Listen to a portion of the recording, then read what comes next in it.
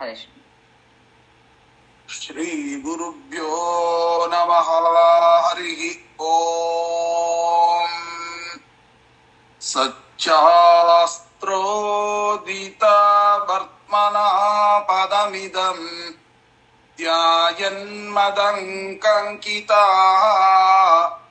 ಮನ್ಮಂತ್ರಂ ಜಪಶಾಸ್ತ್ರ ಸಂಪದಮತೋ ದಾಸ್ಯಾಮಿ ಭಾಗ್ಯೈ ಸಹ. ತತ್ವಾನ್ಯಪಿ ಬೋಧಯಾಮಿ ತದನು ಪ್ರಾಪ್ಯೋ ಮದಂಗ್ರಿರ್ಭವೇತ್ ಇತ್ಯಾಘೋಷಯತೀವ ಯಃ ಕರಚಯೈಃ ತಂ ವಾಜೀವಕ್ತ್ರಂ ಭಜೇ. ಅಸ್ಮದ್ಗುರು ಸಮಾರಂಭಾಂ ಟೀಕಾಕೃತ್ಪಾದಮಧ್ಯಗಾಂ ಶ್ರೀಮದಾಚಾರ್ಯ ಪರ್ಯಂತಾಂ ವಂದೇ ಗುರು ಪರಂಪರಾಂ. ಹರೇ ಶ್ರೀನಿವಾಸ. ಗುರು ರಾಘವೇಂದ್ರ. ಶ್ರವಣ ಮಾಡುವಂತಹ ಎಲ್ಲ ಆಧ್ಯಾತ್ಮ ಬಂಧುಗಳಿಗೂ ಕೂಡ ವಂದನೆಗಳನ್ನು ಅರ್ಪಿಸುತ್ತಾ ಇವತ್ತಿನ ಶ್ರೀನಿವಾಸ ಕಲ್ಯಾಣ ಬ್ರಹ್ಮರುದ್ರಾದಿ ವಂದ್ಯಂ ತ್ವಾಂ ಭಜೆ ವೆಂಕಟನಾಯಕಂ ನಿವಾರಯಿಸ್ವ ಅನಿಷ್ಟಾನಿ ಸಾಧಯೇಷ್ಟಾನಿ ಮಾಧವ. ಶ್ರೀ ಗುರುಭ್ಯೋ ನಮಃ. ಹರಿ ಓಂ. ನಿನ್ನೆಯ ದಿವಸ ಶುಕಾಚಾರ್ಯರು ಪತ್ರವನ್ನ ತಂದು ಭಗವಂತನಿಗೆ ಕೊಟ್ಟಿದ್ದಾರೆ. ಆ ಕೊಟ್ಟ ನಂತರ ಆ ಪತ್ರವನ್ನ ನೋಡಿ ಪರಮಾನಂದ ಭರಿತರಾಗಿದ್ದಾರೆ. ಪರಮಾನಂದ ಭರಿತರಾದಂತೆ ಭಗವಂತ ನಟಿಸಿದ್ದಾನೆ. ನಟಿಸಿದ ನಂತರ ನನ್ನ ಕಾರ್ಯ ಪಕ್ವಂವಾ ಅಪಕ್ವಂವಾ, ನನ್ನ ಕಾರ್ಯ ಪಕ್ವವೋ ಅಪಕ್ವವೋ ಅನ್ನುವಂತಹ ಪ್ರಶ್ನೆಯನ್ನ ಮಾಡಿದ್ದಾರೆ. ಅದಕ್ಕೆ ಉತ್ತರವನ್ನು ಕೂಡ ಶುಕಾಚಾರ್ಯರು ಯಾವ ರೀತಿಯಾಗಿ ಕೊಟ್ಟಿದ್ದಾರೆ, ಪಕ್ವಮೇವ ನ ಸಂಶಯ ಅಂತೆಲ್ಲ ಹೇಳಿದ್ರು. ಮುಂದೆ ಶ್ರೀನಿವಾಸ ಏನು ಮಾತನಾಡಿದ ಅಂತಂದಾಗ, ಕುಶಲೀ ವರ್ತತೆ ರಾಜ ಭಾರ್ಯ ತಸ್ಯ ಪತಿವ್ರತ ಭ್ರಾತಾ ತಸ್ಯ ಮಹಾಭಾಗಃ ಪುತ್ರಶ್ಚ ವಿಷಾಂಪತೇಃ. ಇಲ್ಲಿ ವಿಷಾಂಪತೇಃ ಅಂದ್ರೆ ವಸುದಾನ ಅಂತ ಅರ್ಥ. ಅಂದ್ರೆ ಚಂದ್ರನ ಅವತಾರನಾಗಿರತಕ್ಕಂತಹ ವಸುದಾನ ಕ್ಷೇಮವಾಗಿದ್ದಾನೋ, ಆಕಾಶರಾಜ ಕ್ಷೇಮವಾಗಿದ್ದಾನ, ಆಕಾಶರಾಜನ ಪತ್ನಿ ಧರಣೀದೇವಿ ಕ್ಷೇಮವಾಗಿದ್ದಾಳ, ಹಾಗೇನೆ ಅವನ ತಮ್ಮನಾಗಿರತಕ್ಕಂತಹ ತೋಂಡಮಾನ ಅವನು ಚೆನ್ನಾಗಿದ್ದಾನ, ಹಾಗೇನೆ ಪ್ರಜೆಗಳಿಗೆ ಪ್ರಭುವಾಗಿರತಕ್ಕಂತಹ ಆತನ ಮಗ ವಸುದೇವ ವಸುದಾನ ಅವನು ಚೆನ್ನಾಗಿದ್ದಾನ ಅಂತ ಪ್ರಶ್ನೆ ಬಂತು. ಇದನ್ನೆಲ್ಲ ಭಗವಂತ ಪ್ರಶ್ನೆ ಮಾಡೋದಿದೆಯೇ, ಇದು ವ್ಯವಹಾರ ತಾನೆ ಅಂತ ಕೇಳಿದಾಗ, ಶುಕಾಚಾರ್ಯರಂತ ಮಹಾನುಭಾವರನ್ನ ಅರ್ಥಾತ್ ಇಡೀ ವೈಷ್ಣವೋತ್ತಮರಾಗಿರತಕ್ಕಂತಹ ಶುಕಾಚಾರ್ಯರು ಅಂದ್ರೆ ವೈಷ್ಣವಾನಾಂ ಯಥಾ ಶಂಭು ಅಂತ ಹೇಳಿದ ಹಾಗೆ ವೈಷ್ಣವರಿಗೆ ರುದ್ರದೇವರಿಗೆ ಸಮಾನನಾದ ವೈಷ್ಣವ ಜಗತ್ತಿನಲ್ಲಿಲ್ಲ ಅಂತ ಭಾಗವತ ಕೊಂಡಾಡುತ್ತೆ. ಹಾಗೇನೆ ಅಂತಹ ಶುಕಾಚಾರ್ಯ ವೈಷ್ಣವೋತ್ತಮರ ಮುಂದೆ ಆ ಕೇವಲ ಲೌಕಿಕ ಮಾತುಗಳನ್ನ ಆಡ್ತಾನೆಯೇ ನಮ್ಮ ದೇವರು ಅಂತ ಪ್ರಶ್ನೆ. ಕುಶಲೀ ವರ್ತತೆ ರಾಜ, ಆಕಾಶ ರಾಜ ಚೆನ್ನಾಗಿದ್ದಾನ, ಅವನ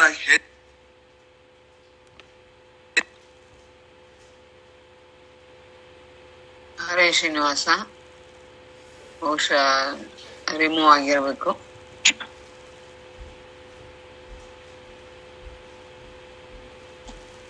ರಾಧಾಪ್ಪ ಆಗಾಗ ಮ್ಯೂಟ್ ಮಾಡ್ಕೊಡ್ರಿ, ವಿಡಿಯೋ ಮ್ಯೂಟ್ ಮಾಡ್ಕೊಡ್ರಿ. ಅಮ್ಮ ಯಾರು ದಯವಿಟ್ಟು ಏನು ಇದ್ ಮಾಡ್ಬೇಡ್ರಿ ಸರ್, ಸುಮ್ನೆ ಇರ್ರಿ. ಅದರಿಂದ ಆಕಾಶರಾಜ ಚೆನ್ನಾಗಿದ್ದಾನ, ಅವನ ಹೆಂಡತಿ ಧರಣೀದೇವಿ ಚೆನ್ನಾಗಿದ್ದಾಳ, ತೋಂಡಮಾನ ಚೆನ್ನಾಗಿದ್ದಾನ, ಹಾಗೇನೆ ವಸುದಾನ ಚೆನ್ನಾಗಿದ್ದಾನ ಅಂತ ಪ್ರಶ್ನೆ ಕೇಳಿದ್ರು. ಈ ನಾಲ್ಕನ್ನ ಕೇಳುವ ಉದ್ದೇಶ ಏನು ಅಂತ ಕೇಳಿದಾಗ ಅದಕ್ಕೆ ಹೇಳ್ತಾರೆ, ಸಾಧನಾ ಮಾರ್ಗಕ್ಕೆ ಶುಕಾಚಾರ್ಯರ ಮುಖಾಂತರ ಇಡೀ ವೈಷ್ಣವೋತ್ತಮ ಕುಲಕ್ಕೆ ಶ್ರೀನಿವಾಸ ತಿಳಿಸುವಂತಹದ್ದು, ನನ್ನನ್ನ ಪಡಿಬೇಕಾದರೆ ಅರ್ಥಾತ್ ಭಗವಂತನ ಪಾದವನ್ನ ಪಡಿಬೇಕಾದರೆ ಅಂದ್ರೆ ಮೋಕ್ಷವನ್ನ ಪಡಿಬೇಕಾದ್ರೆ ನಮ್ಮ ಸಾಧನೆ ಹೇಗಿರಬೇಕು ಅಂತಂದ್ರೆ ವೈಷ್ಣವೋತ್ತಮರಾದ ಶುಕಾಚಾರ್ಯರ ಮುಖಾಂತರ ಜಗತ್ತಿಗೆ ತಿಳಿಸ್ತಾ ಇದ್ದಾರೆ. ಏನು ಅಂತಂದ್ರೆ ಆಕಾಶ ರಾಜ ಚೆನ್ನಾಗಿದ್ದಾನ ಅಂದ್ರೆ ಏನರ್ಥ ಅಂದರೆ ಆಕಾಶಾದ್ವಾಯು ವಾಯೋರಗ್ನಿ ಅಗ್ನೇರಾಪ ಅದ್ಭ್ಯ ಪೃಥಿವಿ ಪೃಥಿವ್ಯಾಂ ಓಷಧಯ ಅಂತ ಅರ್ಥ. ಅಂದ್ರೆ ಯಾವುದರಿಂದ ಯಾವುದು ಹುಟ್ಟಿತು ಅಂತಂದ್ರೆ ಆಕಾಶದಿಂದ ಗಾಳಿ ಹುಟ್ಟಿತು, ಗಾಳಿಯಿಂದ ಬೆಂಕಿ ಹುಟ್ಟಿತು, ಬೆಂಕಿಯಿಂದ ನೀರು ಹುಟ್ಟಿತು, ನೀರಿನಿಂದ ಮಣ್ಣು ಹುಟ್ಟಿತು ಅಂತ. ಹಾಗೇನೆ 5 ಪದಾರ್ಥಗಳು ಹುಟ್ಟಿದವು. ಹಾಗಾದ್ರೆ ಇಲ್ಲಿ ಏನ್ ಮಾಡಿದ್ರು ಅಂತಂದ್ರೆ ಆಕಾಶ ರಾಜ ಚೆನ್ನಾಗಿದ್ದಾನ ಅಂದ್ರೆ ಆಕಾಶದಿಂದ ವಾಯು ಅವತರಿಸಿದೆ, ಆಕಾಶದಿಂದ ವಾಯು ಹುಟ್ಟಿದೆ, ಉದ್ಭವವಾಗಿದೆ ಅಂತನ್ನುವ ಚಿಂತನೆಯನ್ನ ಮಾಡ್ತಾ ಇದ್ದೀರಾ. ಅಂದ್ರೆ ಅವರೇ ಮಾಡೋರು, ಅವರೇ ಮನಸ್ಸಿನಲ್ಲಿ ನಿಂತುಕೊಂಡು ಪ್ರೇರಕರು. ಹಾಗಾಗಿ ನೀವು ಮಾಡ್ತೀರಿ. ಪ್ರತಿಯೊಬ್ಬ ವೈಷ್ಣವರ ಒಳಗಡೆ ನಿಂತುಕೊಂಡು ಆಕಾಶದಿಂದ ವಾಯುವಿನ ಉತ್ಪತ್ತಿ ಆಯಿತು ಅಂತ ನೀವು ನೋಡಿದ್ದೀರಾ. ಎಲ್ಲಿಯ ತನಕ ಅಂತ ಕೇಳಿದ್ರೆ ಅವನ ಹೆಂಡತಿ ಕುಶಲಿಯಾಗಿದ್ದಾಳೆಯೇ ಅಂದ್ರೆ ಏನರ್ಥ? ಅವನ ಹೆಂಡತಿ ಯಾರು? ಧರಣಿ ದೇವಿ. ಧರಣಿಯ ದೇವಿ ಅಂದ್ರೆ ಯಾವುದು? ಭೂದೇವಿ ಅಂತ ಅರ್ಥ. ಆಕಾಶದಿಂದ ವಾಯು, ವಾಯುವಿನಿಂದ ಅಗ್ನಿ, ಅಗ್ನಿಯಿಂದ ಆಪ, ಆಪದಿಂದ ಪೃಥಿವಿ. ಹೀಗೆ ಒಂದರ ನಂತರ ಲಯ ಚಿಂತನೆಯಲ್ಲಿ ತೊಡಗಿದ್ದೀರಾ. ಯಾಕೆ? ನೀವು ಲಯಕರ್ತರು. ಯಾರು? ಶುಕಾಚಾರ್ಯರು ಲಯಕರ್ತರು ಹೇಗ್ ಮಾಡ್ಬೇಕು? ಆಕಾಶದಿಂದ ವಾಯು, ವಾಯುವಿನಿಂದ ಅಗ್ನಿ, ಅಗ್ನಿಯಿಂದ ಆಪ ಹುಟ್ಟಿದಾಗ ಲಯ ಚಿಂತನೆ ಹೇಗ್ ಮಾಡ್ಬೇಕೀಗ? ಮಣ್ಣಿನಿಂದ ನೀರು ಹುಟ್ಟಿತು, ಆ ಮಣ್ಣು ನೀರಿನೊಳಗೆ ಐಕ್ಯ ಹೊಂದಿತು, ನೀರು ಬೆಂಕಿ ಒಳಗೆ ಐಕ್ಯ ಹೊಂದಿತು, ಆ ಬೆಂಕಿ ಗಾಳಿಯ ಒಳಗಡೆ ಐಕ್ಯ ಹೊಂದಿತು, ಗಾಳಿ ಆಕಾಶದೊಳಗೆ. ಅಂದ್ರೆ ಇವರು ಕ್ಷೇಮವಾಗಿದ್ದಾರಾ ಅಂತಂದ್ರೆ ನಿಮ್ಮ ಲಯ ಚಿಂತನೆಯಲ್ಲಿ ಇವರೆಲ್ಲ ಚೆನ್ನಾಗಿದ್ದಾರಾ ಅಂದ್ರೆ ಪಂಚಭೂತಗಳಲ್ಲಿ ಲಯ ಚಿಂತನೆ ಚೆನ್ನಾಗಿದೆಯಾ ಅಂತನ್ನುವ ಅರ್ಥದಲ್ಲಿ ಆಕಾಶ ರಾಜ ಪತಿವ್ರತ ಅಂದ್ರು. ಪತಿವ್ರತ ಅಂದ್ರೆ ಏನರ್ಥ ಗೊತ್ತಾ?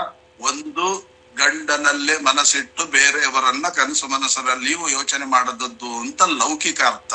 ಆದ್ರೆ ಇಲ್ಲಿ ಪತಿವ್ರತ ಅಂತಂದ್ರೆ ಪತಿ ಅಂದ್ರೆ ಪಾತೀತಿ ಪತಿ. ಪಾತೀತಿ ಅಂದ್ರೆ ಪವಿತ್ರನಾಗಿ ಮಾಡೋದು. ಲಯ ಚಿಂತನೆ ಮಾಡಿದಾಗ ಈ ಆತ್ಮವನ್ನ ಯಾವುದು ಪವಿತ್ರವನ್ನಾಗಿ ಮಾಡುತ್ತೆ? ಧರಣಿ ದೇವಿ. ಅವಳಿಗೆ ಯಾವುದರಿಂದ ಪಾವಿತ್ರತೆ, ಲಯ ಚಿಂತನೆ ಪ್ರಾಪ್ತಿಯಾಗತ್ತೆ ಅಂತ ಹೇಳಿದಾಗ ಮಣ್ಣು ನೀರಿನೊಳಗೆ ಐಕ್ಯ ಹೊಂದಿದಾಗ ಮಾತ್ರ ಪಾವಿತ್ರ ಚಿಂತನೆ ಆಗುತ್ತೆ. ಹಾಗಾದ್ರೆ ಈ ಧರಣಿ ದೇವಿ ನೀರಿನೊಳಗೆ ಐಕ್ಯ ಹೊಂದಿತಾ ಅಂತ ಅರ್ಥ. ನೀರು ಬೆಂಕಿ ಒಳಗೆ, ಬೆಂಕಿ ಆಕಾಶ ರಾಜನ. ಅಂದ್ರೆ ಈ ಲಯ ಪೂರ್ತಿ ಆಯಿತು ಅಂದ್ರೆ ಅದೇ ಪತಿವ್ರತ. ವ್ರತ ಅಂದ್ರೆ ದಾರಿ, ಭಗವಂತನನ್ನು ಕಾಣುವಂತಹ ದಾರಿ ಸರಿ ಇದೆಯಾ ಅಂತನ್ನುವಂತ ರೀತಿಯಲ್ಲಿ ಪ್ರಶ್ನೆಯನ್ನ ಮಾಡಿದ್ದಾರೆ. ಅದರಲ್ಲಿ ಮಧ್ಯದಲ್ಲಿ ಇವರಿಬ್ರು ಯಾರು ಅಂತ ಪ್ರಶ್ನೆ ಬಂತು. ಆವಾಗ ಹೇಳ್ತಾರೆ ಇಬ್ಬರಿಗೆ ಮತ್ತೆ ವಸುದಾನ ಯಾರು? ಚಂದ್ರನ ಅವತಾರ ಅಂತಂದ್ರು.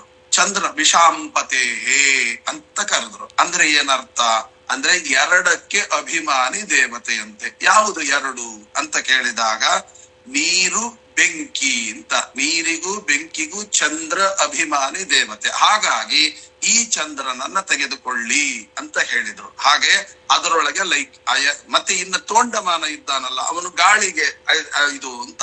ತೋಂಡಮಾನ ಅಂತಂದ್ರೆ ಮಾ ಅಂದ್ರೆ ಜ್ಞಾನ ಅಂತ, ಅನ ಅಂದ್ರೆ ವಾಯುದೇವರು ಅಂತ. ಅನಚೇಷ್ಟಾಯಾಮ್ ತೋಂಡಮ ಅನ ಅಂದ್ರೆ ಅನಚೇಷ್ಟಾಯಾಮ್ ಅಂತ ಗಾಳಿ ಅಂತ ಅರ್ಥ.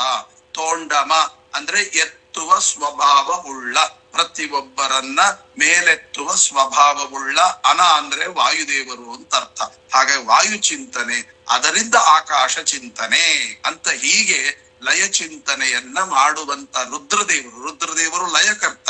ಆದ್ದರಿಂದ ಪರಮಾತ್ಮ ಅವರನ್ನ ಪ್ರಶ್ನೆ ಮಾಡ್ತಾ ಇದ್ದಾನೆ. ಕುಶಲಿ ವರ್ತತೆ ರಾಜ ಭಾರ್ಯ ತಸ್ಯ ಪತಿವ್ರತ ಭ್ರಾತ ತಸ್ಯ ಮಹಾಭಾಗಃ ಪುತ್ರಸ್ತಸ್ಯ ವಿಷಾಂಪತೆ. ಅದಾದ ಮೇಲೆ ಶುಕ ಉವಾಚ. ಅದಕ್ಕೆ ಪ್ರತ್ಯುತ್ತರ ಕೊಡ್ಬೇಕಲ್ಲ ಶುಕಾಚಾರ್ಯರು. ಅವರು ಯಾವ ರೀತಿಯಾಗಿ ಉತ್ತರ ಕೊಡ್ತಾ ಇದ್ದಾರೆ? ಸರ್ವಂತು ಕುಶಲಂ ತಸ್ಯ ಭಗವನ್ ಭೂತ ಭಾವನಃ ಏವ ಮುಕ್ತ್ವಾ ಪಪಾತಾಥ ಪತ್ರಿಕಂ ಪುರುಷೋತ್ತಮ ಪಟನ್ ಹೃಷ್ಟಮನಾ ಭೂತ್ವಾ ವಾಚ ಮೂಚೇ ರಮಾಪತೆ. ಹೀಗೆ ಹೇಳಿದಾಗ ಶುಕಾಚಾರ್ಯರು, ಹೇ ಪರಮಾತ್ಮ, ಆಕಾಶ ರಾಜನಿಗೂ ಆತನ ಕಡೆಯವರೆಲ್ಲರೂ ಕೂಡ ಕ್ಷೇಮವೇ ಅಂತ ಹೀಗೆ ನೀನು ಕೇಳ್ತಾ ಇದೆಯಲ್ಲ. ಆಗ ಅವ್ರು ಹೇಳ್ತಾರೆ, ಸರ್ವಂ ತು ಕುಶಲಂ ತಸ್ಯ ಭಗವನ್ ಭೂತ ಭಾವನ. ಭೂತ ಭಾವನ ಅಂದ್ರೆ ಏನ್ ಗೊತ್ತಾ?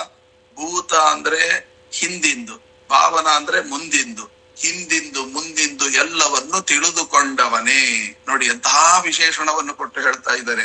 ಹಿಂದೆ ಏನ್ ನಡೆಯಿತು, ಮುಂದೆ ಏನ್ ನಡೀತದೆ, ಎಲ್ಲವನ್ನು ತಿಳ್ಕೊಂಡವನೇ. ಹಾಗಾದ್ರೆ ನೀ ಕೇಳಿದ ಪ್ರಶ್ನೆಗೆ ನಾನು ಏನು ಉತ್ತರ ಕೊಡ್ಬೇಕು ಅಂದ್ರೆ, ಹಿಂದಿನದೆಲ್ಲ ಏನೇ ನಡೆದಿದೆ ಎಲ್ಲ ತಿಳ್ಕೊಂಡಿದ್ವಿ, ಇನ್ನು ಮುಂದೆ ಏನ್ ನಡೀತದೆ ಅದನ್ನು ತಿಳ್ಕೊಂಡಿದ್ವಿ. ಹಾಗಾದ್ರೆ ನಾನ್ ನಿನ್ನ ಹತ್ರ ಏನ್ ಹೇಳೋದಿದೆ? ಆದ್ದರಿಂದ ಸರ್ವಂತು ಕುಶಲಂ ತಸ್ಯ ಭಗವನ್ ಭೂತ ಭಾವನಃ.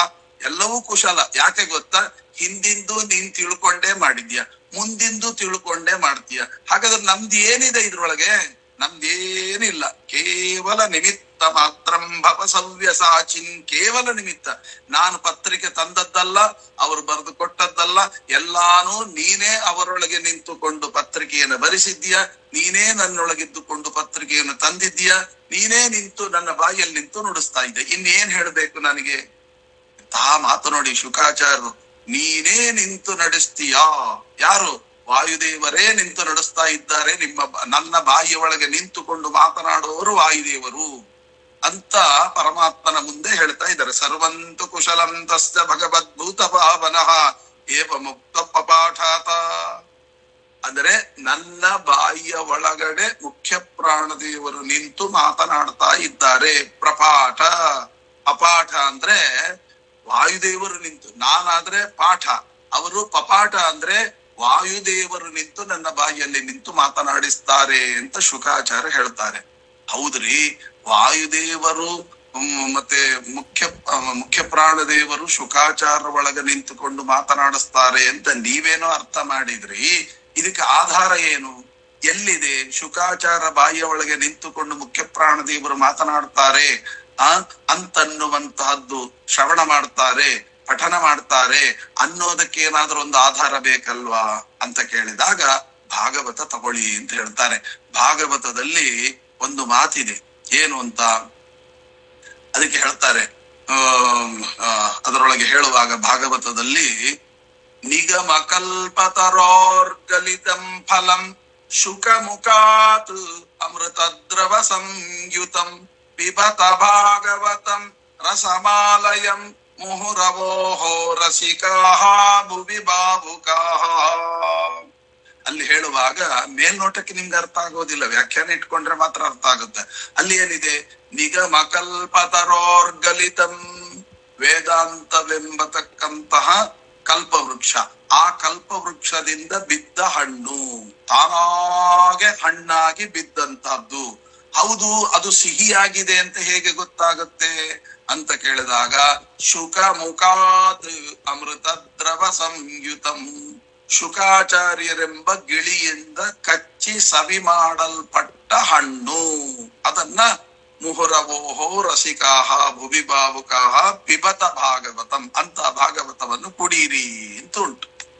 ಇಲ್ಲಿ ಪ್ರಶ್ನೆ ಏನು ಅಂತ ಕೇಳಿದ್ರೆ, ವೇದಾಂತವೆಂಬ ಮರದಿಂದ ಬಿದ್ದದ್ದು, ಶುಕಾಚಾರ್ಯರೆಂಬ ಗಿಳಿಯಿಂದ ಕಚ್ಚಿ ಸವಿ ಮಾಡಲ್ಪಟ್ಟದ್ದು. ಕಚ್ಚಿ ಸವಿ ಮಾಡಲ್ಪಟ್ಟದ್ದು ಅಂದ್ರೆ ವೇದವ್ಯಾಸ ದೇವರ ಮುಖದಿಂದ ಶ್ರವಣ ಮಾಡಿದ್ದು ಅಂತ ಅರ್ಥ. ಇವೆರಡಾಯಿತು. ಆದರೆ ವಾಯುದೇವರ ಸ್ಪರ್ಶವೇ ಆಗ್ಲಿಲ್ಲಲ್ಲ. ಈಗ ಪರಮಾತ್ಮನಿಂದ ಬೀಳಿಸಲ್ಪಟ್ಟ ಹಣ್ಣು, ಶುಕಾಚಾರ್ಯರಿಂದ ದ್ರವೀಕರಿಸಲ್ಪಟ್ಟ ಹಣ್ಣು ಎರಡಾಯಿತು. ಮಧ್ಯದಲ್ಲಿ ವಾಯುದೇವರ ಸ್ಪರ್ಶ ಇಲ್ಲದಿದ್ದರೆ ಆ ಹಣ್ಣು ಪವಿತ್ರ ಹೇಗಾಗುತ್ತೆ ಅಂತ ಪ್ರಶ್ನೆ. ಆಗ ವ್ಯಾಖ್ಯಾನಕಾರರು ಅದಕ್ಕೆ ಉತ್ತರ ಕೊಡ್ತಾರೆ, ಅದು ಪವಿತ್ರವೇ. ಯಾಕೆ ಅಂತ ಕೇಳಿದಾಗ ಶುಕ ಮುಖಾತ್ ಅಮೃತ ದ್ರವ ಸಂಯುತಂ, ಶುಕಾಚಾರ್ಯರಿಂದ ಕಚ್ಚಿ ಸವಿ ಮಾಡಲ್ಪಟ್ಟ ಹಣ್ಣು ಅಂದ್ರು ಅಲ್ವಾ. ಬರೀ ಶುಕಾಚಾರ್ಯರು ಮಾತ್ರ ಶ್ರವಣ ಮಾಡ್ತಾರ ಅಂತ ಪ್ರಶ್ನೆ. ಯಾಕೆ ಅಂತ ಸ್ವಲ್ಪ ವಿಷಯ ಹೇಳ್ತೇನೆ ಕೇಳಿ. ಯಾಕೆ ಅಂದ್ರೆ ಪರಮಾತ್ಮನಿಂದ ಡೈರೆಕ್ಟ್ ಆಗಿ ಉಪದೇಶ ಪಡೆಯುವ ಅಧಿಕಾರ ಕೇವಲ ವಾಯುದೇವರಿಗೆ ಮಾತ್ರ, ರುದ್ರಾದಿಗಳಿಗೂ ಇಲ್ಲ. ಮತ್ತೆ ಹಾಗಿದ್ರೆ ವೇದವ್ಯಾಸ ದೇವರು ಇಡೀ ಭಾಗವತವನ್ನ ಶುಕಾಚಾರ್ಯರಿಗೆ ಬೋಧನೆ ಮಾಡಿದ್ರು ಅಂತುಂಟಲ್ವಾ ಅಂತ ಪ್ರಶ್ನೆ. ಆಗ ಹಾಗಾದ್ರೆ ವಾಯುದೇವರು ಶ್ರವಣ ಮಾಡ್ಲಿಲ್ಲ, ವಾಯುದೇವರಿಗೆ ಮಾತ್ರ ಪರಮಾತ್ಮ ಉಪದೇಶ ಮತ್ತೆ ಬೇರೆ ದೇವತೆಗಳಿಗೆ ಪರಮಾತ್ಮ ಡೈರೆಕ್ಟ್ ಉಪದೇಶ ಇಲ್ಲ, ಮತ್ತೆ ಶುಕಾಚಾರ್ಯಗೆ ಹೇಗೆ ಉಪದೇಶ ಮಾಡಿದ್ರು ಅಂತ ಪ್ರಶ್ನೆ. ಆಗ ಅದಕ್ಕೆ ಉತ್ತರ ಕೊಡ್ತಾರೆ, ಶುಕ ಮುಖ ಅತ್ ದ್ರವಸ ಅಮೃತಾತ್ ದ್ರವಸಂ. ಅಲ್ಲಿ ಶುಕ ಮುಖಾತ್ ಅಂತ ಒಂದು ವಾಕ್ಯ ಇದೆ. ಶುಕಾಚಾರ್ಯರ ಮುಖಾತ್ ಮುಖಾರವಿಂದದಿಂದ ದ್ರವೀಕರಿಸಲ್ಪಟ್ಟ ಅಂತ. ಅಂದ್ರೆ ಶುಕಾಚಾರ್ಯರೆಂಬ ಗಿಳಿಯಿಂದ ಕಚ್ಚಿ ಸವಿ ಮಾಡಲ್ಪಟ್ಟ ಹಣ್ಣು ಅಂತ. ಅದನ್ನು ಪದಚ್ಛೇದ ಮಾಡುವಾಗ ವ್ಯಾಖ್ಯಾನಕಾರರು ಸುಲಭವಾಗಿ ಬಿಡಿಸ್ತಾರೆ. ಹಾಗಲ್ಲ, ಶುಕ ಮುಖಾತ್ ಅಂತ ಇದೆಯಲ್ಲ, ಸಪ್ತವಿಭಕ್ತಿ ಅದ್ ತೆಗೆದು ಬಿಡಿ. ಶುಕ ಮುಖ ಬೇರೆ ಪದಚ್ಛೇದ ಮಾಡ್ರಿ. ಶುಕಾಚಾರ್ಯರೆಂಬ ಮುಖ ಅಂದ್ರೆ ಅವರ ಮುಖ. ಆ ಮುಖದಲ್ಲಿ ಆ ಮುಖಾತ್ ಅಂತ ಒಂದು ವಾಕ್ಯ, ಅದನ್ನ ಬಿಡಿಸಿ ಮುಖ ಅತ್ ಅಂತ ಬೇರೆ ಮಾಡಿದ್ರು. ಅತ್ ಅಂದ್ರೆ ಏನು ಅಂದ್ರೆ ತಿನ್ನೋದು ಅಂತ ಅರ್ಥ. ಅದಕ್ಕೆ ಸಂಸ್ಕೃತದಲ್ಲಿ ಅನ್ನ ಅಂತ ಹೆಸರು. ಅನ್ನ ಅಂದ್ರೆ ಏನು? ಅದು ಬಿಳಿ ಇರಬೇಕು, ಮೆತ್ತಗಿರ್ಬೇಕು, ಹೀಗೆಲ್ಲ ಅಲ್ಲ. ಅತ್ತುಂ ಯೋಗ್ಯಂ ಅನ್ನಂ ಅಂತ. ಯಾವುದು ತಿನ್ನಲಿಕ್ಕೆ ಯೋಗ್ಯವೋ ಅದು ಅನ್ನ. ಯಾವುದು ತಿನ್ನಲಿಕ್ಕೆ ಯೋಗ್ಯ ಅದು ಅನ್ನ. ಹಾಗಾದ್ರೆ ಯಾವ್ದು ತಿನ್ಲಿಕ್ಕೆ ಯೋಗ್ಯವೋ ಅದೆಲ್ಲ ಅನ್ನ. ಅಂದ್ರೆ ಯಾಕೆ ಅತ್ತುಂ ಯೋಗ್ಯಂ ಅಂದ್ರೆ ತಿನ್ನಲಿಕ್ಕೆ ಯೋಗ್ಯ. ಹಾಗಾದ್ರೆ ಅತ್ ಅಂದ್ರೆ ಏನು? ತಿನ್ನೋದು ಅಂತ ಅರ್ಥ. ಶುಕ ಮುಖ ಅತ್, ಶುಕಾಚಾರ್ಯರ ಮುಖದಲ್ಲಿ ಕೂತುಕೊಂಡು ಅತ್ ಅಂದ್ರೆ ಆ ಭಾಗವತವನ್ನು ತಿನ್ನೋದು ಅಂದ್ರೆ ಏನು? ಶ್ರವಣ ಮಾಡೋದು ಅಂತ ಅರ್ಥ. ಭಾಗವತವನ್ನ ಶ್ರವಣ ಮಾಡೋದು ಅಂತ ಅರ್ಥ. ಇಡೀ ಭಾಗವತವನ್ನ ವೇದವ್ಯಾಸ ದೇವರ ಮುಖಾರವಿಂದ ಹೊರಹೊಮ್ಮಿದಂತಹ ಭಾಗವತವನ್ನ ಶುಕಾಚಾರ್ಯರ ಮುಖದಲ್ಲಿ ಕೂತುಕೊಂಡು ಉಂಡವರು ಯಾರು? ಅಮೃತಾತ್, ಅಮೃತರು. ಯಾರು ಅಮೃತರು ಅಂದ್ರೆ ಅಮರಕೋಶದಲ್ಲಿ ವಾಯುಂ ಅನಿಲಂ ಅಮೃತಂ ಸ್ಮೃತಂ ಅಂತ ಇದೆ.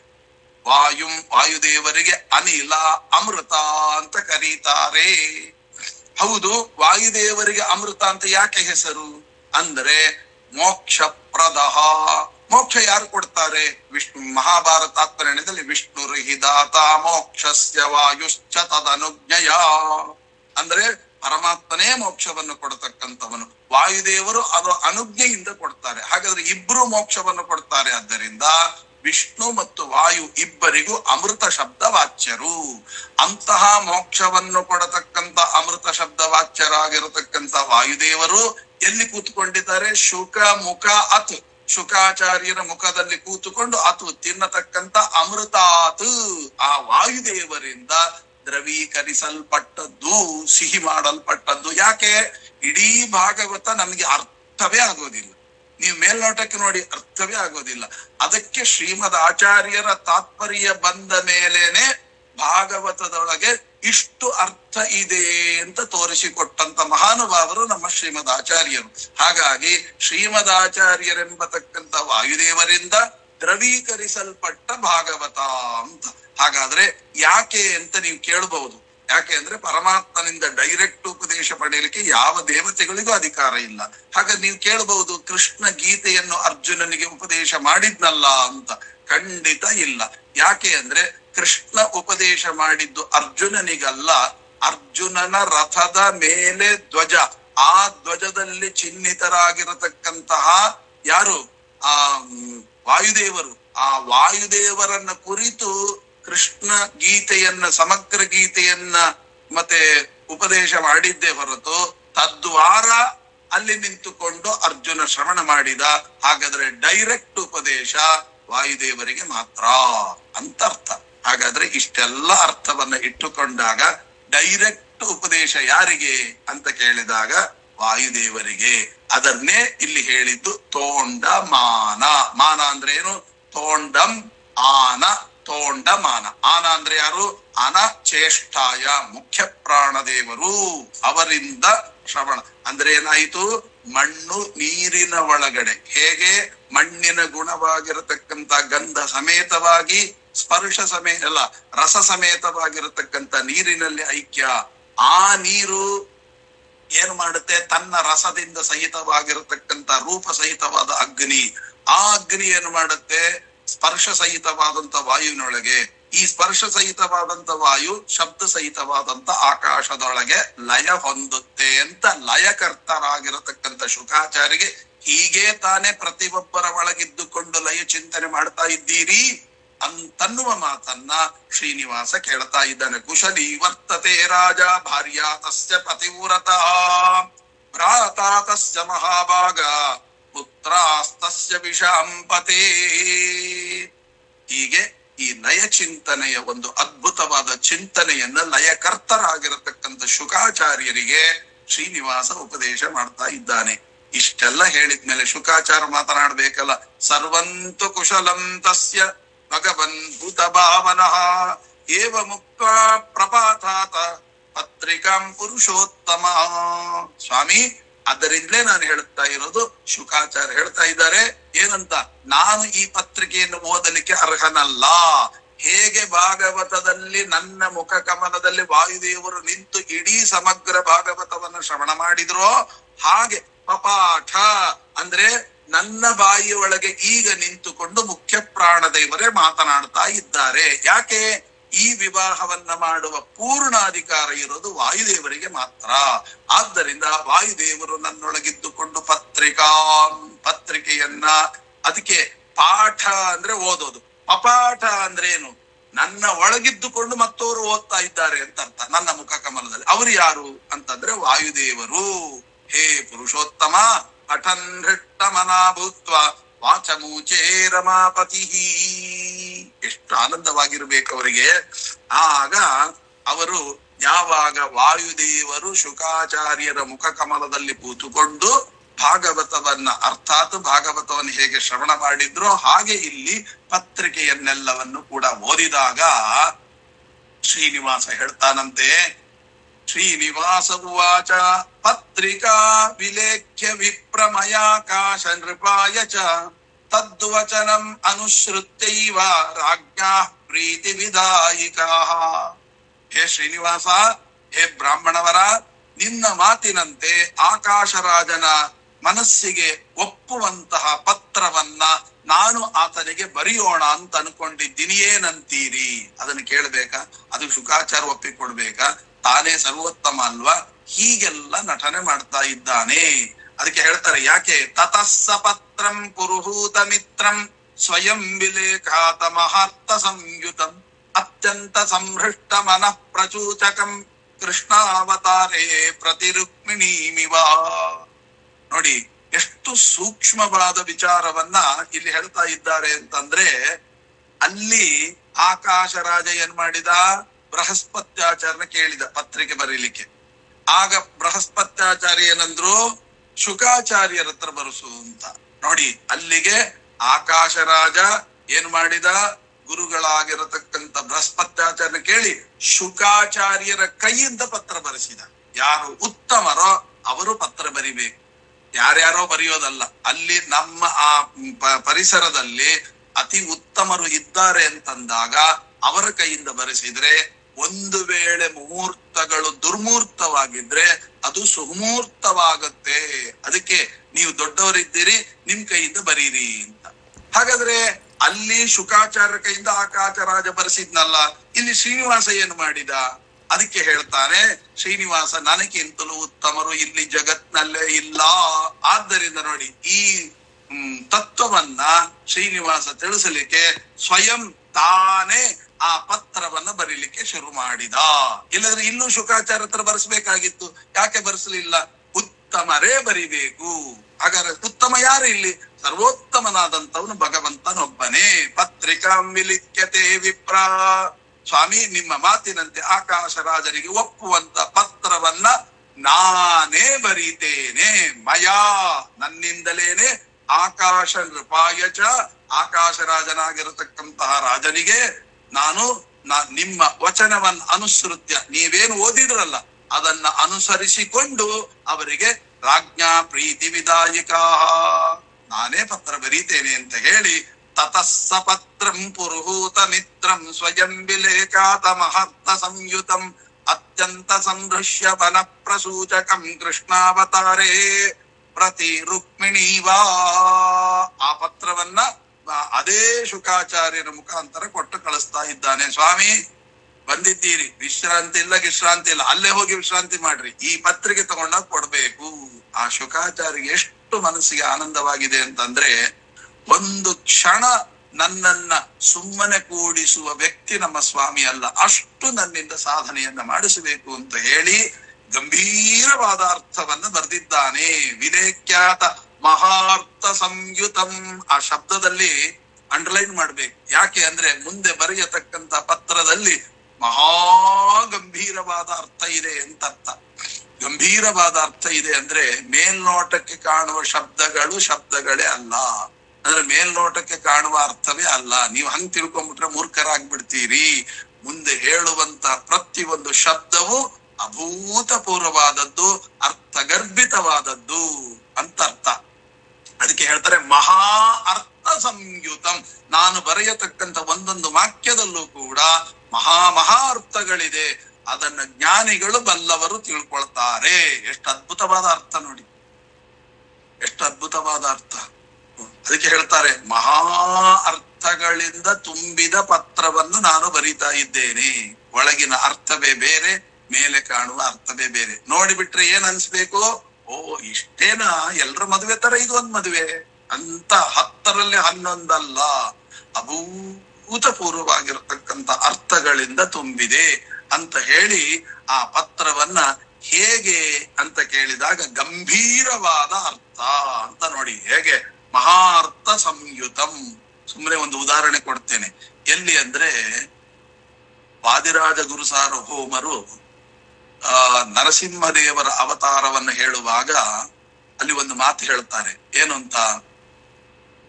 ದಂಬೋಲಿ ತೀಕ್ಷ್ಣ ನಖ ಸಂವೇದಿತೇಂದ್ರ ರೀಪು ಕುಂಭೀಂದ್ರ ಪಾಹಿ ಕೃಪಯಾ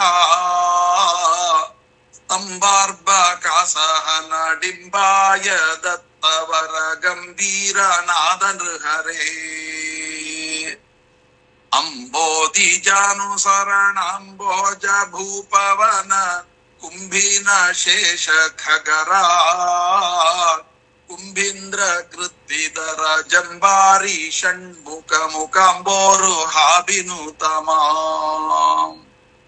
ಬೇರೆ ಅರ್ಥ ಇದೆ, ಸುಮ್ಮನೆ ಇಲ್ಲಿಗೆ ಸಂಬಂಧಪಟ್ಟ ಒಂದೇ ಅರ್ಥ. ಮಹಾ ಅರ್ಥಗಳಿಂದ ಕೂಡಿದ ನನ್ನ ಮಾತು ಅಂದ್ರು. ಏನು ಅರ್ಥ? ಅದಕ್ಕೆ ಹೇಳ್ತಾರೆ ಗಂಭೀರ ನಾದ ನೃಹರೇ. ನರಸಿಂಹದೇವರು ಅವತಾರ ಮಾಡುವಾಗ ಹೇಗೆ ಅವತಾರ ಮಾಡಿದ್ರು ಅಂತ ಕೇಳಿದಾಗ ಭೂಖಂಡಂ ವಾರಣಂಡಂ ಪರವಿರವಿರಡಂ ಡಂ ಪಡಂ ಪೋರುಣಂ ಪಂ ಡಿಂ ಡಿಂ ಡಿಂ ಡಿಂ ಡಿಡಿಂಬಂ ದಹಮಪಿ ದಹಮೈರ್ ಜಂಪ ಜಂಪೈಶ್ಚ ಜಂಪೈ. ಅವರು ಆ ಕಂಬದಿಂದ ಹೊರಗೆ ಬರುವಾಗ ಆರ್ಭಟ ಮಾಡಿಕೊಂಡು ಬಂದ್ರಂತೆ, ಗರ್ಜನೆ ಮಾಡಿಕೊಂಡ್ರಂತೆ. ಎಂತ ಗರ್ಜನೆ? ಸಿಂಹ ಗರ್ಜನೆ. ಆಗ ನಮಗೆ ಅನಿಸ್ತದೆ ಏನೋ ಸಿಂಹಗಳು ಹಾಗೆ ತಾನೆ ಹೊರಗೆ ಬರುವಾಗ ಓ ಅಂತ ಗರ್ಜನೆ ಮಾಡ್ಕೊಂಡ್ ಬರ್ತವೆ, ಭಯ ಹುಟ್ಟಿಸ್ತವೆ. ಹಾಗೆ ನರಸಿಂಹದೇವರು ಬಂದ್ರೇನೋ. ಆದಿರಾಜ ಗುರು ಸಾರ್ವಭೌಮರು ಬರೀತಾರೆ, ಬರೀ ಅಷ್ಟೇ ಆಗಿದ್ರೆ ಈ ಸಿಂಹಕ್ಕೂ ನರಸಿಂಹಕ್ಕೂ ವ್ಯತ್ಯಾಸ ಇಲ್ವೇ? ಏನಿದೆ? ಗಂಭೀರ ನಾದ ನೃಹರೇ. ನಾವು ಮಾತನಾಡಿದ್ರು ಅರ್ಥ ಇರೋದು ಕಮ್ಮಿ, ಆದ್ರೆ ನಮ್ಮ ಸ್ವಾಮಿ ಮಾತನಾಡಿದ್ರೆ ಮಾತ್ರ ಅರ್ಥ ಅಲ್ಲ, ಅವನ್ ನಾದ ಮಾಡಿದ್ರೆ, ಆ ಗರ್ಜನೆ ಮಾಡಿದ್ನಲ್ಲ ಅದ್ರೊಳಗೂ ಒಂದು ಅರ್ಥ ಇದೆ. ಗಂಭೀರ ನಾದ ನೃಹರೇ. ಏನ್ ಅರ್ಥ? ಅವನು ಗರ್ಜನೆ ಮಾಡಿದ್ರೆ ಏನ್ ಅರ್ಥ ಇದೆ ನೋಡಿ. ಅವನು ಕಂಬದಿಂದ ಹೊರಗೆ ಬರುವಾಗ ಹೇಗೆ ಬಂದ? ಗುರ್ ಗುರ್ ಗುರ್ ಅಂತ ಬಂದಂತೆ ಸೌಂಡ್ ಮಾಡ್ಕೊಂಡು. ಏನದು ಆ ಗುರ್ರು ಗುರ್ರು ಗುರ್ರು ಅಂತ ಯಾಕೆ ಸ್ವಾಮಿ ಸೌಂಡ್ ಮಾಡ್ಕೊಂಡು ಬಂದಿ ಅಂತ ಕೇಳಿದ್ರೆ ವಾದಿರಾಜರಿಗೆ ಗೊತ್ತಾಯ್ತು. ಏನಂತಾರೆ? ಗಂಭೀರ. ಬಹಳ ಅರ್ಥ ಇದೆ. ಏನ್ ಅರ್ಥ? ನಾನು ಸಿಗಬೇಕಾದ್ರೆ ಗುರುಗಳಿದ್ರೆ ಮಾತ್ರ ಸಿಗೋದು, ಗುರುಗಳಿಲ್ದೆ ನಾನು ಸಿಗೋದಿಲ್ಲ ಎಂಬ ತತ್ವವನ್ನು ಜಗತ್ತಿಗೆ ತಿಳಿಸಲಿಕ್ಕೆ ಕಂಬದಿಂದ ಹೊರಗೆ ಬರುವಾಗ ಪ್ರತಿಯೊಬ್ಬರಿಗೆ ಹೇಳ್ತಾರಂತೆ, ಗುರುವನ್ನ ಹಿಡಿರಿ, ಗುರುಗಳ ಕಾಲು ಹಿಡಿರಿ, ಆಗ ಮಾತ್ರ ನಾನು ಸಿಗ್ತೇನೆ. ಸುಮ್ಮನೆ ನರಸಿಂಹ ನರಸಿಂಹ ಅಂದ್ರೆ ನಾನು ಸಿಗಲ್ಲ ಅಂತ ಜಗತ್ತಿಗೆ ತಿಳಿಸಲಿಕ್ಕೆ ಗುರ್ರು ಗುರ್ರು ಗುರ್ರು ಅಂತ ಬಂದ ಅನ್ನುವ ಅರ್ಥದಿಂದ ತುಂಬಿದೆ ಗಂಭೀರ ನಾದ ನೃಹರೇ. ನೋಡಿ, ಒಂದು ಸೌಂಡ್ ನಲ್ಲಿ ಅಷ್ಟು ಅರ್ಥ ಇದೆ ಅಂತ ಅದನ್ನೇ ಇಲ್ಲಿ ಬರೀತಾರೆ. ನಾನು ಬರೆಯುವಂತ ಪತ್ರ ಹೇಗಿದೆ ಅಂತ ಕೇಳಿದ್ರೆ ತತಸ್ಸ ಪತ್ರಂ ಪುರುಹೂತ ಮಿತ್ರಂ ಸ್ವಯಂ ವಿಲೇಖಾತ ಮಹಾರ್ಥ ಸಂಯುತಂ. ಸಾಮಾನ್ಯವಾದ ಅರ್ಥ ಅಲ್ಲ. ಪ್ರತಿಯೊಂದು ವಾಕ್ಯದಲ್ಲಿ ಹುಡುಕಿದಷ್ಟು ಹುಡುಕಿದಷ್ಟು ಬಗೆದಟ್ಟು ಅರ್ಥಗಳು ಹೊರಗೆ ಬರ್ತಾವೆ. ನೀವು ಮೇಲ್ನೋಟಕ್ಕೆ ಕಂಡ ಅರ್ಥವೇ ಅರ್ಥ ಅಂತ ತಿಳ್ಕೊಂಡು ಖುಷಿ ಪಡಬೇಡಿ. ಒಳಗಡೆ ಇಳಿರಿ, ಆಳವಾದ ಅರ್ಥ ಚಿಂತನೆಯನ್ನ ಮಾಡಿ, ಆಗ ನನ್ನ ಮದುವೆಯ ಸೊಬಗನ್ನ ನೀವು ಸವಿತೀರಿ ಅಂತ ಅನ್ನೋದನ್ನ ಅತ್ಯಂತ ಸಂಭ್ರಷ್ಟ ಮನಃಪ್ರಸು. ಹೇಗೆ ಅಂತ ಕೇಳಿದಾಗ, ಪತ್ರ ಬರೆಯೋರಿದ್ರೆ, ನನಗೆ ರುಕ್ಮಿಣೀ ದೇವಿ ಪತ್ರ ಬರೀತಾಳೆ, ನಾನು ಲಕ್ಷ್ಮಿಗೆ ಪತ್ರ ಬರೀತೇನೆ. ಅದರಿಂದ ಆಕಾಶರಾಜನಿಗೆ ತಾನು ಅಂದ ಏನು ಅಂತ, ರುಕ್ಮಿಣೀ ದೇವಿಗೆ ಕೃಷ್ಣ ಬರೆದಂತೆ ಇಂದ್ರನ ಮಿತ್ರನಾದಂತಹ ಆಕಾಶರಾಜನಿಗೆ ಮನಸ್ಸಂತೋಷವನ್ನುಂಟು ಮಾಡುವಂತೆ ಒಪ್ಪಿಗೆಯ ಪತ್ರವನ್ನ ಕೃಷ್ಣಾವತಾರೇ ಪ್ರತಿ ರುಕ್ಮಿಣೀವ, ಕೃಷ್ಣಾವತಾರದಲ್ಲಿ ರುಕ್ಮಿಣಿಗೆ ಬರೆದಂತೆ ಪತ್ರವನ್ನು ಬರೆದ. ಏನು ಅಂತ, ರಾಜಾದಿರಾಜ ಪೂಜ್ಯಾಯ ಸುಧರ್ಮ ತನಯಾಯ ಚ ನಮೋ ನಮೋತಿ ಭಕ್ತೈವ ಕ್ಯತೇಶ ಪತ್ರಿಕಾದುನ ವಿಲಿಖ್ಯತೆ ಶ್ರೀನಿವಾಸೇನ ಶುಭ ವಿಜ್ಞಪ್ತಿ ಗರ್ಭಿಣಿ ಶ್ರೀಮದ್ ರಾಜಾದಿರಾಜೇಂದ್ರ ಕಿರೀಟಾಗೃಷ್ಟ ಪಾದುಕಃ ಅಸ್ಮದ್ ಬಂಧು ವರೇಣ್ಯಾದ್ಯ ಗುಣಪೂರ್ಣ ಸಮೃದ್ಧಿಮಾನ್ ಸುಧರ್ಮ ತನಯಾಕಾಶ ರಾಜ ನಾಮಾವಾಸು ಸುಕೀರ್ತಿಮಾನ್ ನಮೋ ನಮೋಸ್ತು ತೇ ರಾಜನ್ ಶ್ರೀನಿವಾಸಶ್ಚ ಶಾರ್ಂಗಿಣೆ ಶ್ರೀನಿವಾಸೇನ ಬಾಲೇನ ವಿಜ್ಞಪ್ತಿ ಕ್ರಿಯತೆ ನಿಯಂ ಭವದ್ವಿಲಿಖ್ಯತೆ ದೃಷ್ಟ್ಯಾ ಸಂತೋಷಕ್ಯ ಭವನ್ ಮಮ ವೈಶಾಖ ಶುಕ್ಲ ದಶಮಿ ಭೃಗುವಾರೇ ಮಹೋತ್ಸವೇ ಅಂಗೀಕರೋಮಿ ರಾಜೇಂದ್ರ ಕನ್ಯಾಂ ತವ ವಿಷಾಂಪತೆ. ಹೇ ಆಕಾಶರಾಜ, ನೀನೇನು ಎಂತಹ ಮಾತು ನೋಡಿ, ರಾಜಾದಿರಾಜರಿಂದ ಪೂಜಿತನಾದ, ಆಮೇಲೆ ಸುಧರ್ಮನ ಮಗನಾದ ಆಕಾಶರಾಜ, ಈ ಬಾಲಕನಾದ. ಎಷ್ಟು ಅದ್ಭುತವಾದ ಮಾತು ನೋಡಿ, ಈ ಬಾಲಕನಾದ. ಅದಕ್ಕೆ ಹೇಳ್ತಾರೆ ಸುಧರ್ಮ ತನಯಾಯ ಚ ಲಿಖ್ಯತೆ ಶ್ರೀನಿವಾಸೇನ ಬಾಲಕೇನ. ಆ ಶಬ್ದ ನೋಡಿ, ಬಾಲಕನಾದ ಶ್ರೀನಿವಾಸನ ಅತಿಭಕ್ತಿ ಪೂರ್ವಕ ನಮಸ್ಕಾರಗಳು. ಹೌದ್ರಿ, ಶ್ರೀನಿವಾಸನಿಗೆ ನಮಸ್ಕಾರ ಮಾಡಿದ್ನಲ್ಲ, ಅದು ಶ್ರೀನಿವಾಸ ಬಾಲಕನಾದ ಶ್ರೀನಿವಾಸ. ಏನು ಬಾಲಕನಾದ ಅಂದರೆ, ಕ ಅಂದ್ರೆ ಬ್ರಹ್ಮದೇವರು, ಬಾಲ ಅಂದ್ರೆ ಮಗು, ಬ್ರಹ್ಮದೇವರೇ ಮಗುವನ್ನಾಗಿ ಪಡೆದ ಶ್ರೀನಿವಾಸ ಅಂತ ಅರ್ಥ. ಬಾಲಕ ಅಂದ್ರೆ ಬ್ರಹ್ಮದೇವರೇ ಎಲ್ಲಿದೆ ಇದಕ್ಕೆ ಅರ್ಥ? ಪ್ರಮಾಣ ಏನು ಅಂತಂದ್ರೆ, ಭಾಗವತದಲ್ಲಿ ಸತ್ಯಧರ್ಮ ತೀರ್ಥ ಶ್ರೀಪಾದಂಗಳವರು ವ್ಯಾಖ್ಯಾನವನ್ನ ಮಾಡುವಾಗ ಪರಮಾತ್ಮನ ಅವತಾರದ ಶ್ಲೋಕವನ್ನು ಹೇಳುವಾಗ, ತಮದ್ಭುತಂ ಬಾಲಕಮಂಬುಜಕ್ಷಣಂ ಚತುರ್ಭುಜಂ ಶಂಖ ಗದಾದ್ಯುಧಾಯುಧಂ ಅಂತ ಹೇಳುವಾಗ, ಅಲ್ಲಿ ಬಾಲಕ ಅಂದ್ರೆ ಬ್ರಹ್ಮದೇವರೇ ಮಗನಾಗಿರುವ ಅಂತ ಅರ್ಥ ಬರೆದಿದ್ದಾರೆ. ಹಾಗೆ ಇಲ್ಲಿ ಬಾಲಕ ಅಂದ್ರೆ ಬ್ರಹ್ಮದೇವರನ್ನೇ ಮಗನನ್ನಾಗಿ ಪಡೆದಿರತಕ್ಕಂತ ಶ್ರೀನಿವಾಸನ ನಮಸ್ಕಾರಗಳು. ಏನರ್ಥ? ಇಡೀ ಪ್ರತಿಯೊಂದು ಜೀವರಾಶಿಯನ್ನು ಸೃಷ್ಟಿಗೆ ತಂದವನು ನಾನು ಅಂತ ಅರ್ಥ. ಯಾಕೆ? ಬ್ರಹ್ಮದೇವರು ಅಂದ್ರೆ ಯಾರು? ಸೃಷ್ಟಿಕರ್ತ. ಆ ಸೃಷ್ಟಿಯನ್ನು ನನ್ನ ಮಗ ಅಂದ್ರೆ ಏನು? ನಾನೇ ಅವನೊಳಗೆ ನಿಂತುಕೊಂಡು ಮಾಡಿಸಿದವನು ಅಂತ ಅರ್ಥ. ಶ್ರೀನಿವಾಸನ ನಮಸ್ಕಾರಗಳು. ನಾನು ಮಂಗಳಮಯವಾಗಿರತಕ್ಕಂತ ಈ ವಿವಾಹಕ್ಕೆ ನಾನು ನನ್ನ ಒಪ್ಪಿಗೆಯನ್ನ ಸೂಚಿಸಿ ಈ ಶುಭ ಲಗ್ನ ಪತ್ರಿಕೆಯನ್ನು ನಾನು ಬರೀತಾ ಇದ್ದೇನೆ ಅಂತ ಹೇಳಿ, ರಾಜಾದಿರಾಜ ಚಕ್ರವರ್ತಿ ಯಥಾ ಪುರಾ ಸಾಗರೋ ಮೇ ಕನ್ಯಾದಾನಂ ಸುಕೀರ್ತಿಮಾನ್ ತಥಾ ದತ್ವಾ ತುಮೇ ಕನ್ಯಾಂ ಭವತ್ವಂ ಬಹು ಕೀರ್ತಿಮಾನ್. ಹೇಗೆ ಹಿಂದೆ ಸಮುದ್ರ ರಾಜ ತನಗೆ ಅಂದ್ರೆ ನನಗೆ ಈ ಯಾವ ಕನ್ಯೆಯಾಗಿರತಕ್ಕಂತ ಲಕ್ಷ್ಮೀ ದೇವಿಯನ್ನ ದಾನ ಮಾಡಿ ಕೀರ್ತಿಯನ್ನ ಗಳಿಸಿದನೋ, ಹಾಗೆ ನೀನು ಪದ್ಮಾವತಿಯನ್ನು ಕನ್ಯಾದಾನ ಮಾಡಿ ಕೀರ್ತಿಯನ್ನು ಪಡೇ ಅಂತ. ಏನಿದ್ರ ಅರ್ಥ? ಯಥಾ ಪುರಾ ಸಾಗರೋಮೆ ಕನ್ಯಾದಾನಂ ಸುಕೀರ್ತಿಮಾನ್. ಆ ವರುಣ ದೇವರು ಕನ್ಯಾದಾನವನ್ನ ಹೇಗೆ ಮಾಡಿದ್ರು ಅಂದರೆ, ನಾನು ಮಾಡ್ತಾ ಇಲ್ಲ, ಚೆನ್ನಾಗಿ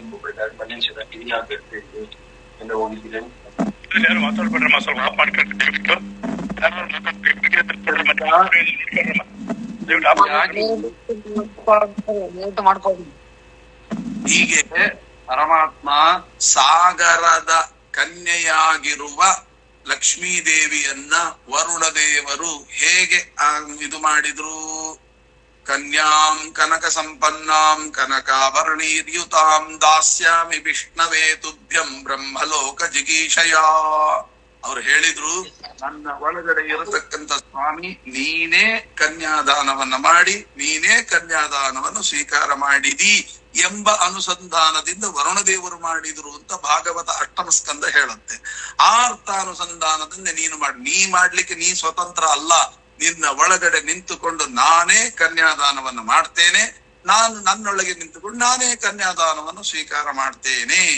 ಅದಕ್ಕೆ ಉದಾಹರಣೆ ಕೊಟ್ರು. ಯಥಾ ವೈ ಸಾಗರಾನ್ ಪೂರ್ವಾನ್ ಕಪಿಲೇನ ನಿಪಾತಿತಾನ್ ಭಗೀರಥೋ ಮಹಾರಾಜ ಗಂಗಾ ಮಾದಾಯ ತಾನ್ ಪುರ ಉತ್ತೃತ್ತ ಕೀರ್ತಿ ಮಾತೇದೆ ತಥಾ ತ್ವಂ ರಾಜಸತ್ತಮಃ. ಭಗೀರಥ ಹೇಗೆ ಇಡೀ ಭೂಮಿಗೆ ಗಂಗೆಯನ್ನ ತಂದನೋ, ಆ ಗಂಗೆಯ ಶ್ರವಣ ಮಾತ್ರದಿಂದ ಅವಳನ್ನ ಸ್ತೋತ್ರ ಮಾಡಿದ್ರೇನೆ ಪಾವನವಾಗುತ್ತೋ ಅಂತಹ ಗಂಗೆಯನ್ನ ಅಂತ ಅರ್ಥ. ನಾನು ಕನ್ಯಾದಾನ ಹೇಗೆ ಮಾಡಿದೇನೋ ವರುಣದೇವರಿಗೆ ಹಾಗೆ ಅಂತ ಅರ್ಥ. ಎಲ್ಲದರೊಳಗೆ ನಿಂತುಕೊಂಡು ಮಾಡುವವನು ನಾನೇ ಎಂಬ ಅಭಿಪ್ರಾಯದಿಂದ ಅಲ್ಲಿ ಮಾತನಾಡಿದ್ದಾರೆ ಅಂತ.